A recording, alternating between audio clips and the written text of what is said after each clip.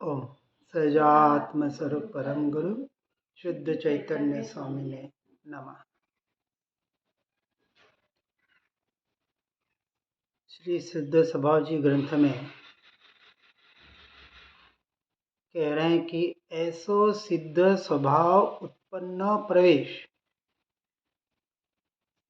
अर्थात इस प्रकार यह सिद्ध स्वभाव अपने असंख्यात प्रदेशी स्वक्षेत्र में उत्पन्न होकर अपने अनंत ज्ञानादि स्वचतुष्टय में प्रवेश कर रहा है। जैसे पहले की गाथा में हमने देखा कि जैसे भोजन के इच्छा वाला उसके इच्छुक भोजन मिले तो उस पर टूट पड़ता है, उसी तरह सच्चा मोक्ष का इच्छुक मुमुक्षु, तीव्र मुमुक्षु अपने ज्ञान स्वभाव पर, अपने स्वरूप पर टूट पड़ता है, अर्थात उसमें लीन होने का असंख्य प्रचंड पुरुषार्थ करता है। और ऐसे पुरुषार्थ की वजह से वह अपने सिद्ध स्वभाव रूपी असंख्यात प्रदेशी स्वक्षेत्र में उत्पन्न होकर अपने अनंत ज्ञानादि स्वचतुष्टय में प्रवेश करता है। इसी का नाम स्वरूप रमणता है, सम्यक चारित्र है। सिद्धों का निवास तो सिद्धशिला बताया गया है। व्यवहार की अपेक्षा से वहां सिद्ध परमात्मा क्या कर रहे हैं? तो यही काम कर रहे हैं जो हमें करना है, कि अपने स्वभाव में प्रवेश करके वहीं निवास करना कहा गया है। यही सच्चा वास्तविक मेरा निवास स्थान है। और यह कैसा? कि वास्तव में मुक्ति क्षेत्र तो अपना ज्ञान स्वभाव ही है, और अनंतानंत इस समय सिद्ध है वह भी अपने ज्ञान स्वभाव में ही है, अर्थात अपने स्वरूप और स्वभाव में ही लीन है। और इसी का पुरुषार्थ करना, इसका नाम है मोक्ष का पुरुषार्थ। अज्ञानी मुक्ति पराश्रित है। अज्ञानी अपने मुक्ति को, मोक्ष मार्ग को पराश्रित, अर्थात मन वचन काया के आश्रित देह की क्रिया में मान रहा है, बाहर मान रहा है। द्रव्यलिंगी साधु की बात, क्योंकि यहाँ मुनि की अपेक्षा से कथन किया जा रहा है। जो मुनि द्रव्यलिंगी तो है, परंतु निश्चय से अंतर्मुरत अपने स्वरूप में, स्वभाव में, शुद्धोपयोग में, निर्विकल्प अवस्था में, अप्रमत्त दशा में, अपने अनंत चतुष्टय में, अपने परम पारिणामिक भाव में, अपने स्वरूप में, स्वभाव में, जिस भी शब्दों से कहें, यहाँ महत्व शब्दों का नहीं भावों का है। और जब तक भावों की पकड़ नहीं होगी और भावों का भी अभाव करके अपने स्वरूप में लीन होने का पुरुषार्थ नहीं होगा, तब तक यह सिद्ध स्वभाव में उत्पन्न कैसे होगा? और उत्पन्न ही नहीं होगा तो प्रवेश कैसे करोगे? और प्रवेश नहीं करोगे तो स्थिर कैसे बनोगे? ये अपने गुणस्थान की अपेक्षा से समझना है।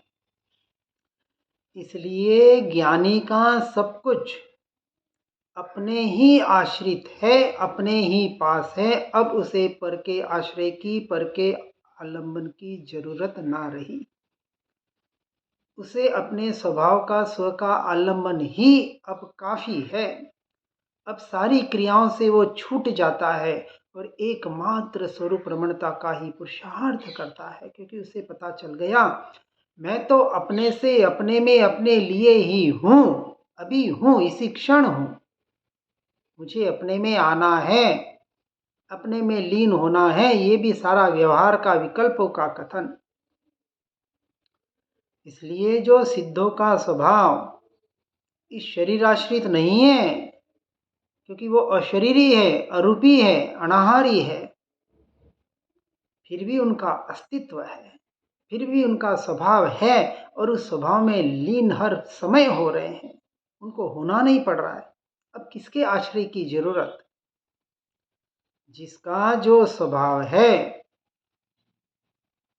उसके आश्रय से अब उसे किसकी जरूरत रही? इसलिए आत्मा का स्वभाव, मेरा स्वभाव मेरे पास है और पुद्गल का स्वभाव पुद्गल के पास है। यह जड़ शरीर और बाहर के पुद्गल के परिणाम, पुद्गल की क्रिया मैं नहीं और मेरी नहीं, उसकी पर्याय तो बहुत दूर। मेरी पर्याय भी जब मुझे छूती नहीं तो अन्य पर्यायों की, अन्य द्रव्य की बात ही क्या करें। इसलिए जो मेरा मेरे पास है, अब मुझे किसी भी आलंबन की जरूरत ना रही। यही तो अंतिम निर्णय है।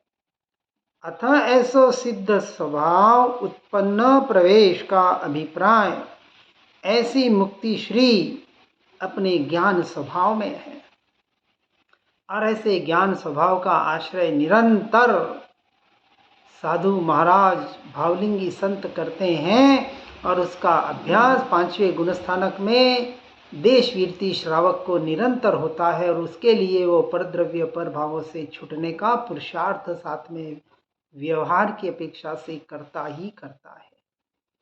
यह 11 प्रतिमा पांचवें गुणस्थानक में अणुव्रत और महाव्रत 28 मूल गुणों का पालन, ये छठे गुणस्थानक में व्यवहार से श्रावक और साधु को अपनी अपनी अवस्था के अनुसार होता ही होता है, करना नहीं पड़ता।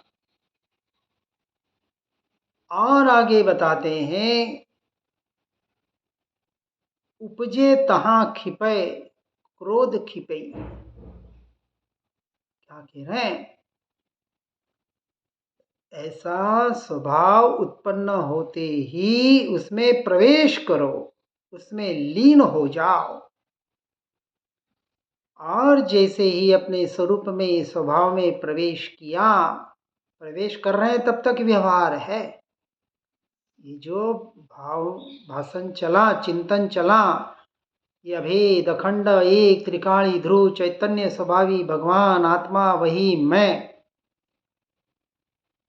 यहाँ स्वभाव उत्पन्न हुआ भावों के द्वारा, चिंतन विचारों के द्वारा, और जब उसमें लीन हुआ तो उसमें प्रवेश हुआ और ऐसा प्रवेश होते ही, ऐसा स्वभाव उपजते ही, उसमें लीन होते ही क्या होता है? तहां खिपई, सब कुछ खीप जाता है, नष्ट हो जाता है, क्षय हो जाता है। सब कुछ यानी जो पर की श्रेणी में था वो सब कुछ वहाँ उपयोग से निकल जाता है और उपयोग एकमात्र स्वरूप और स्वभाव में लीन होता है। इसका नाम सातवां गुणस्थानक शुद्धोपयोग, निर्विकल्प दशा, अप्रमत्त गुणस्थान। और ऐसी अवस्था में लीन होके भावलिंगी मुनि आगे श्रेणी मांडते हैं। यहाँ क्रोध समाप्त हो गया, सारे दोष समाप्त हुआ, सुना पढ़ा सब कुछ, बाहर का क्षयक्षम सब कुछ समाप्त हो गया। इसलिए ज्ञानी जहाँ कर्म उत्पन्न होता है तत्काल वही उस कर्म को नष्ट करता है। कर्म का उदय हुआ तो किसका आश्रय लिया? तो ज्ञान स्वभाव का आश्रय। ऐसा जो सिद्ध स्वभाव उत्पन्न हुआ उसमें प्रवेश किया, उसका आश्रय लिया, और जैसे ही अपने स्वभाव का आश्रय लिया, ये बाहर के परिणाम, विचार, विकल्प, ये विषय कषाय सबसे उपयोग अपने आप हट गए। चाहे एक समय के लिए भी क्यों न हो, ये एक समय बढ़ते बढ़ते सेकंड तक पहुंचेगा, सेकंड बढ़ते बढ़ते मिनट तक पहुंचेगा और मिनट पहुंचते पहुंचते अंतर मुहूर्त में केवल ज्ञान प्रकट कराएगा। यही तो अभ्यास है, यही तो सत्य पुरुषार्थ है, प्रचंड पुरुषार्थ है। इसके अलावा कोई पुरुषार्थ नहीं है, यही सच्चा मोक्ष मार्ग है। जैसे ही क्रोधादि कषाय उत्पन्न हुए पर द्रव्य के निमित्त से, तत्काल अपने स्वभाव का आश्रय, और जैसे ही आश्रय स्वभाव का लिया, उदय का अभाव हो गया। वहाँ करना नहीं पड़ता है, एक स्वभाव के आश्रय से सब कुछ सहज घटित हो जाता है। यही तो उदयाभावी क्षय है, जो सत्ता में है। उपशम भाव से सत्ता में ही वह अपनी स्थिति पूरी कर लेता है, और इसी का नाम सच्चा क्षयक्षम है। क्षयक्षम भाव जो कहा, क्षयिक और उपशमिक, ये सब कुछ इसमें परिणमित होता है। वहां पे औदिक भाव को कोई महत्व नहीं है, और इसके आश्रय से पारिणामिक भाव और परम पारिणामिक भाव में प्रवेश होता है। पूरी विधि इतनी सी है, और यही सच्चा संवर तत्व है। यहाँ संवर घटित होता है, क्योंकि यहाँ तक अभी क्रिया है, व्यवहार है। निश्चय तो एकमात्र लीनता में है, शुक्ल ध्यान में है। इसलिए अनंत गुणी निर्जरा शुक्ल ध्यान से होती है, और अभी हम धर्म ध्यान का अभ्यास कर रहे हैं, जो हमें शुक्ल ध्यान की ओर ले जाएगा, स्वभाव के लक्ष्य वाला, स्वरूप के लक्ष्य वाला। इस तरह से यह कर्मों को आने से रोकता है, नए नए कर्मों का बंध नहीं करता। इसी का नाम तो संवर है। और ऐसे उपशम भाव से कर्मों का यह आश्रय रुकने से, आना रुकने से, ये भावाश्रव बंद हो जाता है, और जिन भावों से कर्म बंधता था, जो भाव बंद हो रहा था, वो यहाँ रुक जाता है, और नए कर्मों का अंश मात्र भी बंद नहीं होता। और यही कर्म क्षय का फिर कारण बनता है, और ऐसे भाव का नाम ही भाव मोक्ष है। पूरी साधना स्वभाव की है, पूरी साधना स्वरूप की है। समझकर समा जाना है, इतना ही तो कार्य करना है। अब धर्म के नाम पर जितनी भी क्रियाएं थी, सबको तिलांजलि दे दो। संसार को तो देना ही है। ऐसा नहीं कह रहे कि धर्म की क्रिया को तिलांजलि दे दो और संसार में रचो पचो। अशुभ से तो सर्वप्रथम हटना ही हटना है, 100%। ये तो शुद्ध की अपेक्षा से कथन किया जा रहा है, छठी गुणस्थानक की अपेक्षा से कथन किया जा रहा है।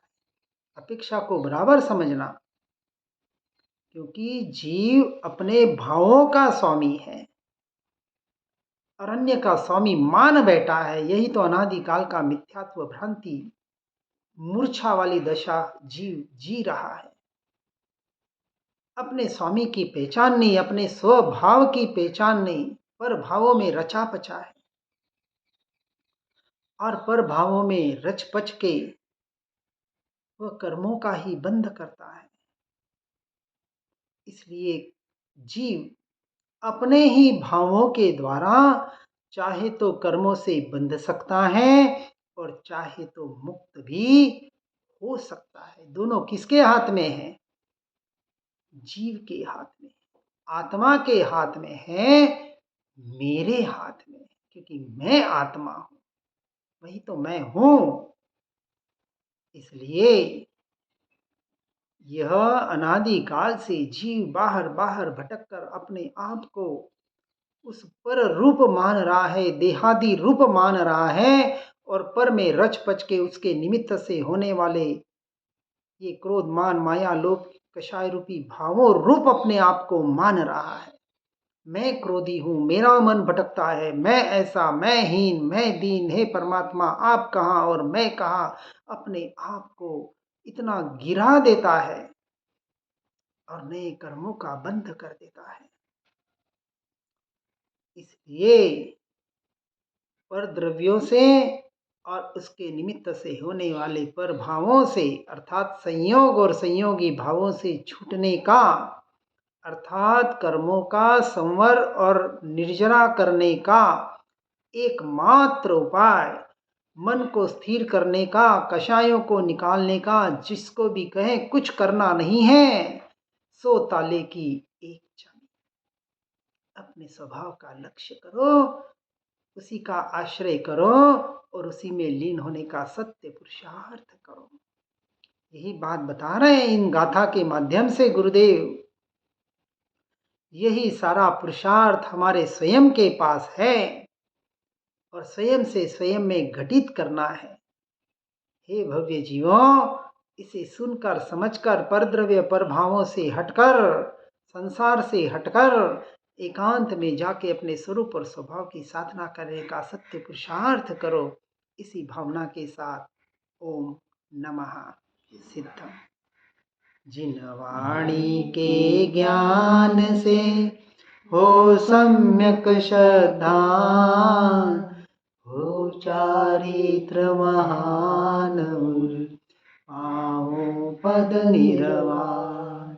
जिन वाणी के ज्ञान से सूझे लोकालो, सो वाणी मस्तक नमो सदा देत हूँ धो।